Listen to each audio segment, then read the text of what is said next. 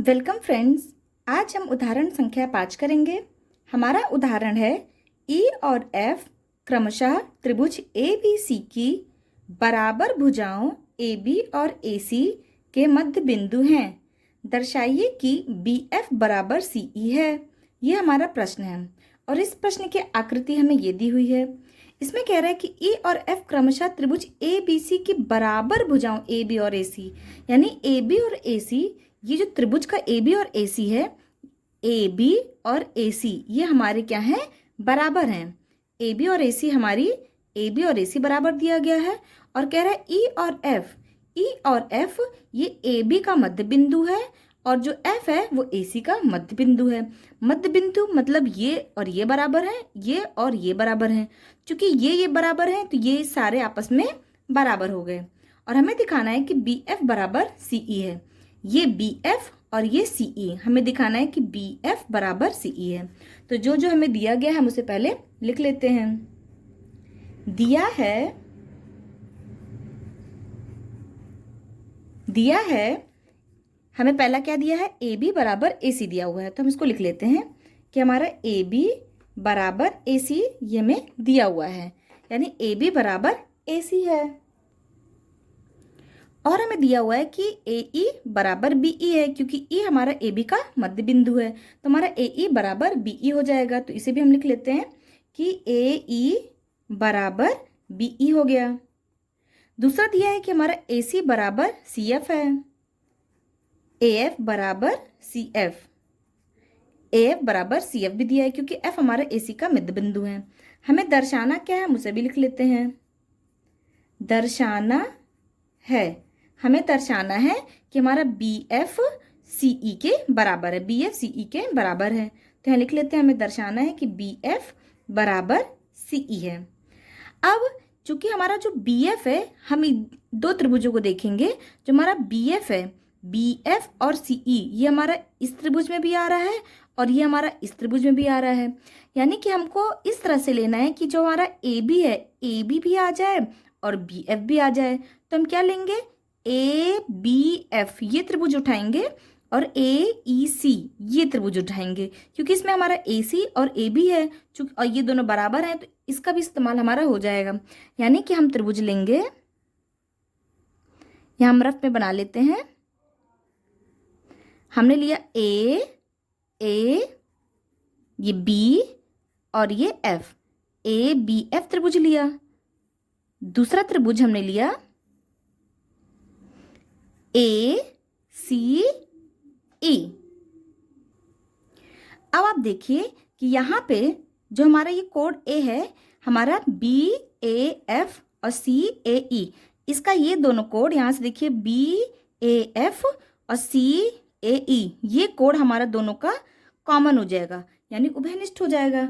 और हम दोनों त्रिभुजों को देखिए, त्रिभुज ए बी एफ और त्रिभुज ए सी ई में, इन दोनों त्रिभुजों में देखिए आप, तो हमारा ए बी ए सी के बराबर है। हमारा दिया गया है प्रश्न में कि हमारा ए बी ए सी के बराबर है। तो लिख लेते हैं हमारा ए बी बराबर ए सी। चूंकि ये दिया है तो इसे भी लिख लेते हैं कि हमें दिया है। अब यहाँ से आप देखिए जो हमारा ये कोड है, ये दोनों कोड हमारा उभयनिष्ठ हो गया। ए बी ए एफ और सी ए ई, ये कोड हमारा दोनों में आ रहा है, यानी कोड ए बराबर कोड ए, ये हमारा उभयनिष्ठ हो गया। ये दोनों में हमारा आ रहा है तो ये हमारा उभयनिष्ठ हो जाएगा। तीसरे के लिए आप देखिए, चूंकि हमारा ए बी ए सी के बराबर दिया हुआ है, ए बी ए सी के बराबर दिया है, यानी कि ए बी बराबर ए सी दिया हुआ है। लेकिन जो हमारा ए बी है वो हमारा बी ई और ए ई से मिलकर बना है, यानी ए बी की जगह क्या लिख सकते हैं हम, ए ई प्लस बी ई लिख सकते हैं बराबर। वैसे ही हमारा ए सी किससे मिलकर बना है, ए एफ और सी एफ से मिलकर बना है, A F plus C F से मिलकर बना है। मगर यहाँ पे दिया हुआ है कि हमारा बी ई ए ई के बराबर है।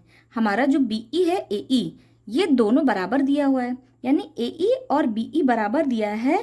तो हम चूंकि हमें यहाँ पे ए एफ की ज़रूरत है, यानी कि हमें ए ई की ज़रूरत है, तो हम क्या करेंगे, इस बी ई को इस BE को हम AE के बराबर कर सकते हैं, यानी AE प्लस BE की जगह पे हम लोग क्या लिख सकते हैं, AE लिख सकते हैं, क्योंकि ये हमारा ऊपर दिया हुआ है बराबर। वैसे ही हमें AF की आवश्यकता है, इसलिए हम यहाँ AF लिखेंगे, AF प्लस ये CF। AF और CF बराबर है, तो हमने क्या किया, CF की जगह हम AF लिख लेते हैं। अब यहाँ से देखिए आप, ये 2 AE हो जाएगा बराबर ये 2 AF हो जाएगा हमारा, 2 से 2 हमारा कट जाएगा, यहाँ से आगे हमारा AE बराबर AF हो गया।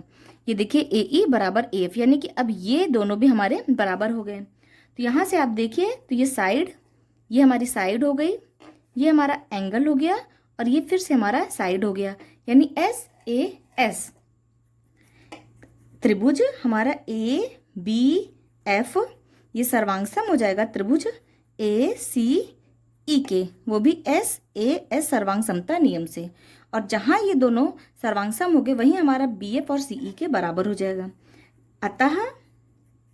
अतः BF बराबर CE हो जाएगा, CP CT से संगत भाग बराबर हो जाएंगे, और ये इसका हमारा आंसर होगा।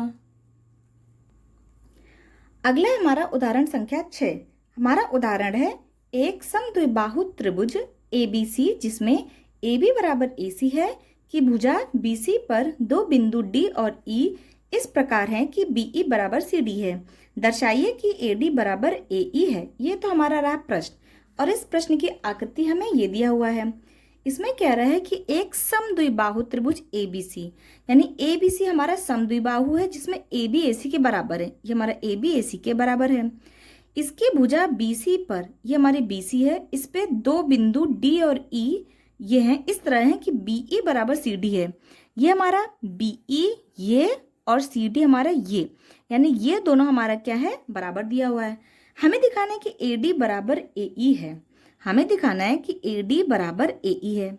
तो सबसे पहले हमें क्या दिया हुआ है कि हमारा BE और हमारा BE CD बराबर है और AB AC बराबर है।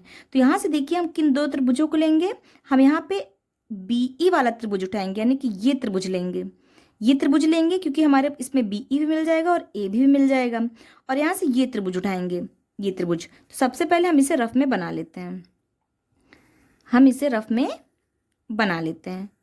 तो हमने इसे रफ में बना लिया। यहाँ हमारा ऊपर A है दोनों का, तो A हो गया। हम ABE लिए हैं, ABE। दूसरा हमारा आ जाएगा ACD, ACD। तो ये हमने इसको रफ में बना लिया इस तरह से।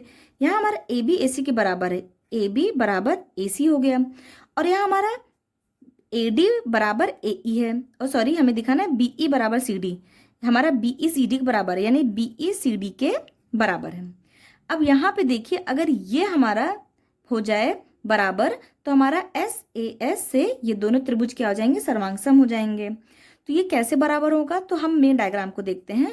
तो इस मेन डायग्राम में हमारा AB AC के बराबर है, और हमें पता है कि किसी भी समद्विबाहु त्रिभुज की दो भुजाएं बराबर होती हैं तो उनके सम्मुख कोण भी आपस में बराबर होते हैं, यानी कोण B कोण C के बराबर हो गया, यानी कोण B कोण C के बराबर हो गया।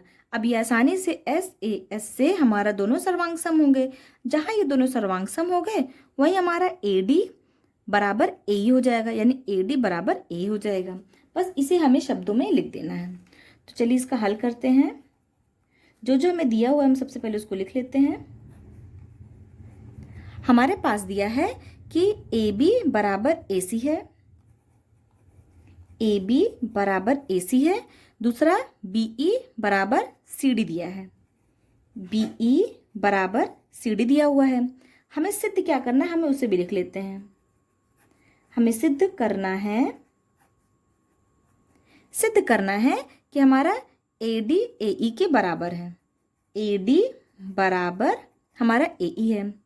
तो हम इन दोनों त्रिभुजों को देखेंगे, त्रिभुज ADE और त्रिभुज ACD में ABE है, ABE और ACD इन दोनों त्रिभुजों को अगर हम देखेंगे तो यहाँ से AB AC के बराबर है, AB बराबर AC, ये हमें दिया है, ये हमें दिया हुआ है। अब यहां से देखिए, चूंकि